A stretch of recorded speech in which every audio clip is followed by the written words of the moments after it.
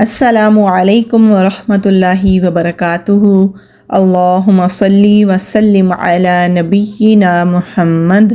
بیت المقدس 3 مذاہب کی مقدس جگہ، مسلمانوں کا قبلہ اول، عیسائیوں کے لیے یسوع کی جائے ولادت، یہودیوں کے لیے ہیکل سلیمان۔ شروع کرتے ہیں حضرت ابراہیم علیہ السلام سے، جن کے 2 بیٹے تھے، حضرت اسماعیل علیہ السلام اور حضرت اسحاق علیہ السلام۔ حضرت اسحاق علیہ السلام کے بیٹے تھے حضرت یعقوب۔ یہیں سے کہانی شروع ہوتی ہے اسرائیل کی۔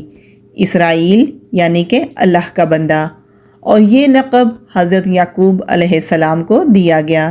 حضرت یوسف علیہ السلام جب مصر کے کفیل بنے تو آپ علیہ السلام کو حکم ہوا کہ اپنے تمام خاندان یعنی کہ آل یعقوب کو مصر بلایا جائے، اور مصر کی سرزمین کا ایک مخصوص حصہ ان کے لیے مختص کیا گیا، اور اللہ تعالیٰ کی طرف سے کہا گیا کہ اے آل یعقوب، اس سرزمین میں تمہارے لیے برکتیں ہیں۔ حضرت یوسف علیہ السلام 12 بھائی تھے، اس لیے اللہ تعالیٰ نے ان کے لیے 12 چشمے جاری کیے، اور یوں اس سرزمین کا نام حضرت یعقوب علیہ السلام کے لقب سے اسرائیل پڑ گیا، جسے آج یروشلم بھی کہا جاتا ہے۔ آپ علیہ السلام کی نسل سے کم و بیش 70,000 انبیاء اکرام آئے۔ حضرت یوسف علیہ السلام کے بھائی یہودا کی نسل آگے بڑھی تو اس میں سے آنے والے تمام بنی اسرائیلی یہودی کہلائے۔ وقت گزرتا گیا اور حضرت موسیٰ علیہ السلام کا دور آیا، جب فرعون نے مصر کی زمین آپ پر تنگ کی تو بنو اسرائیل کے ساتھ آپ کو مصر سے نکلنا پڑا۔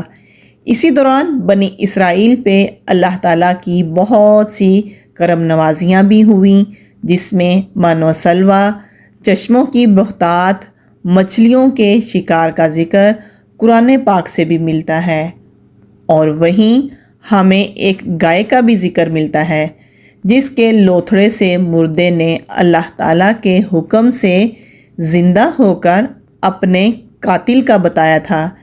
اس گائے کی نشانیاں اللہ تعالیٰ نے قرآن پاک میں بیان فرمائیں، جو کہ ایک سرخ مائل رنگت کی گائے تھی، اور ایسی گائے آج بھی یہودیوں کے نزدیک مقدس مانی جاتی ہے، اور اس گائے کا تذکرہ قرآن پاک میں سورۃ البقرہ میں کیا گیا ہے۔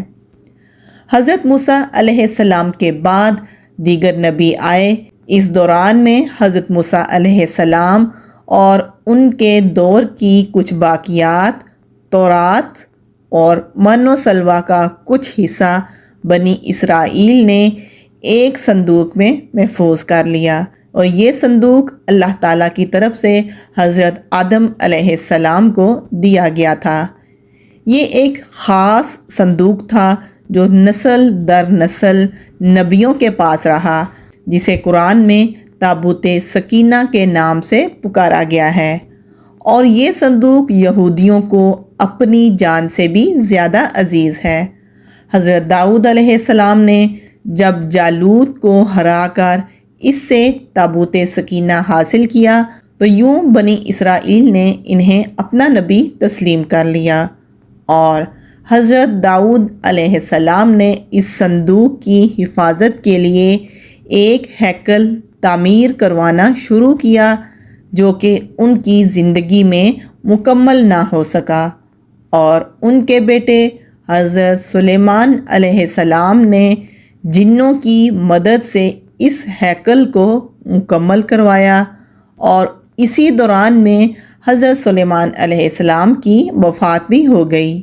اسی وجہ سے اس ہیکل کو ہیکل سلیمانی کہا جاتا ہے۔ بعد ازاں بابل کے بادشاہ بخت نصر نے اسرائیل پر حملہ کیا اور ہیکل سلیمانی کو بھی گرا دیا، اور تابوت سکینہ کو بھی اپنے ساتھ لے گیا۔ سپرس دی گریٹ نے دوبارہ یہ شہر حاصل کیا، یہودیوں کو دوبارہ یہاں آباد کیا، اور تابوت سکینہ کو بھی واپس لایا گیا۔ ہیکل سلیمانی ایک دفعہ پھر تعمیر کیا گیا۔ پھر وقت گزرا اور حضرت عیسیٰ علیہ السلام کی آمد ہوئی، جنہیں نعوذ باللہ یہودیوں نے دجال، ناجائز اور کیا کیا لقب دیے۔ یہاں سے یہودیوں میں سے دو الگ قومیں ہو گئیں، ایک یہودی اور دوسرے عیسائی کہلائے۔ یہودیوں نے سازش کر کے حضرت عیسیٰ علیہ السلام کو صلیب پر چڑھانا چاہا اور اللہ تعالیٰ نے انہیں اپنے پاس اٹھا لیا۔ اس کے بعد یہودیوں اور عیسائیوں میں کئی چھوٹی موٹی جنگیں ہوئیں۔ پھر عیسائی رومی بادشاہ ٹائٹس نے اس شدت سے یروشلم پر حملہ کیا کہ اس پورے علاقے کی اینٹ سے اینٹ بجا دی۔ ہیکل سلیمانی کو گرا دیا گیا، جس کی صرف ایک دیوار اس وقت اپنی اصلی حالت میں موجود ہے، جسے کہ دیوار گریا کہا جاتا ہے، جہاں یہودی جا کر تورات کی تلاوت کرتے ہیں اور گریہ وزارہ کرتے ہیں۔ تابوت سکینہ بھی نہ جانے کہاں غائب ہو گیا۔ ٹائٹس کے حملے کے بعد یہودی آخری نبی کے انتظار میں تھے، کیونکہ اللہ تعالیٰ کا ان سے وعدہ تھا کہ انہیں پھر عروج بخشا جائے گا۔ اس وعدے کا ذکر سورۃ البقرہ میں بھی موجود ہے کہ اے بنی اسرائیل، ان نعمتوں کو یاد کرو جو تم پر کی گئیں اور اپنا وعدہ پورا کرو، یعنی کہ ایمان لاؤ تاکہ ہم بھی اپنا وعدہ پورا کریں۔ قیامت کی نشانیوں میں سے ایک نشانی یہ بھی ہے کہ ہیکل سلیمانی کی 3 دفعہ تعمیر ہوگی، جو کہ 2 دفعہ ہو چکی ہے۔ یہودی اپنا مسیحا اور آخری نبی کے انتظار میں تھے کہ ٹائٹس کے حملے کے 500 سال بعد آخری نبی صلی اللہ علیہ وآلہ وسلم کی ولادت ہوئی۔ یہاں یہودیوں کو یہ جھٹکا لگا کہ سارے نبی حضرت اسحاق علیہ السلام کی نسل سے ہیں، تو آخری نبی حضرت اسماعیل کی نسل سے کیوں کر آ گئے، اور انہوں نے ایمان لانے سے صاف انکار کر دیا۔ مسلمانوں کے لیے بھی وہ انبیاء اکرام علیہ السلام کی نشانی تھی، اسی لیے ہیکل سلیمانی کو بیت المقدس کا نام دے دیا گیا۔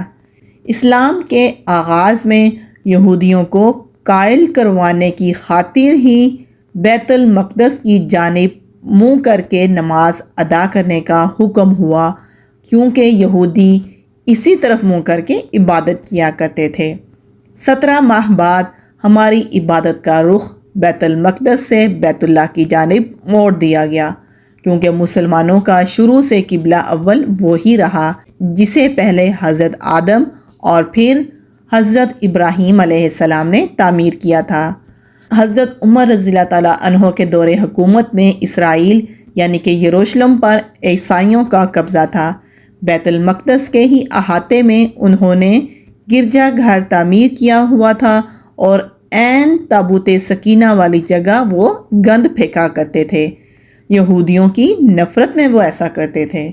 یروشلم کی فتح کے وقت حضرت عمر وہاں گئے تو عیسائیوں پر برہم ہوئے، وہاں صفائی کروا کر مسجد تعمیر کروائی، اور قرآن میں موجود معراج کے واقعے کی نسبت سے اس مسجد کو اقصیٰ کا نام دے دیا گیا۔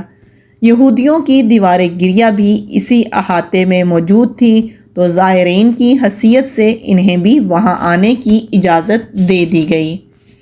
خلافت عباسیہ تک یروشلم ایک مسلم شہر رہا، اور اس کے بعد عیسائیوں نے دوبارہ یروشلم پر حملہ کر کر اس پہ قبضہ کر لیا۔ صلاح الدین ایوبی نے عیسائیوں کے خلاف 50 سے زائد جنگیں کر کے بیت المقدس دوبارہ حاصل کیا۔ پھر 700 سالوں تک یہ خلافت عثمانیہ کے زیر سلطنت رہا۔ یہودیوں کو بھی دیوار گریہ تک اپنے مذہبی اقدامات کی آزادی رہی، اور یہودی آہستہ آہستہ پھر یروشلم میں آباد ہونا شروع ہو گئے۔ اس دوران میں کئی بار انہوں نے خلافت عثمانیہ کے سلطان کو پیسوں کے عوض یروشلم انہیں سونپنے کا لالچ دیا، لیکن ناکام رہے۔ اور پھر دوسری جنگ عظیم میں عیسائی سپاہی ہٹلر نے چن چن کر یہودیوں کو مارا۔ قریباً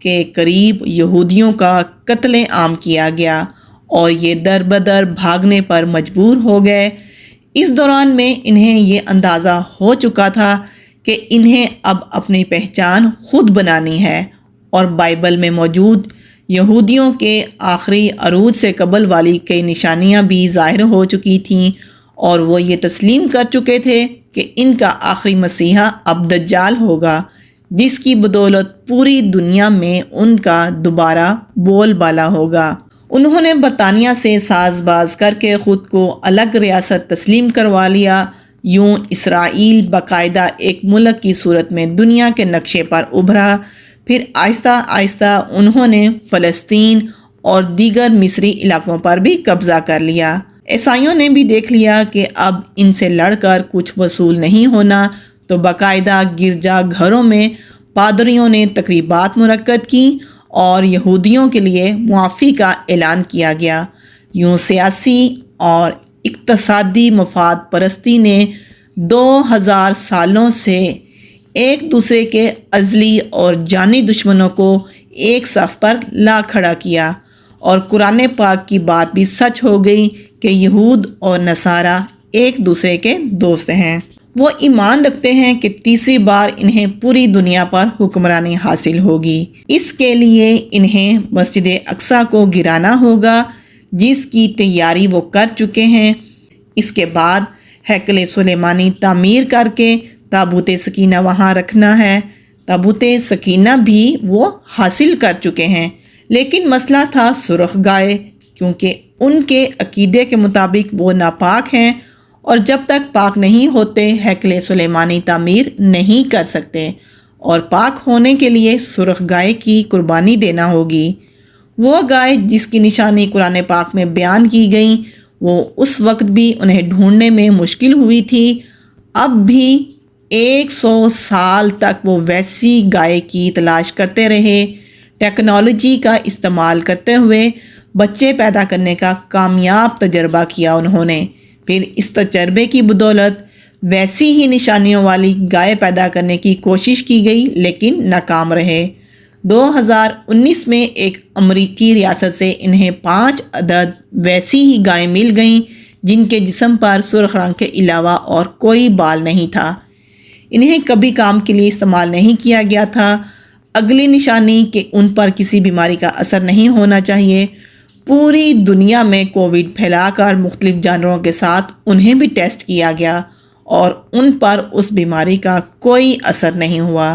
الغرض قرب قیامت اور دجال کے ظہور والی تمام تر تیاریاں وہ مکمل کر چکے ہیں۔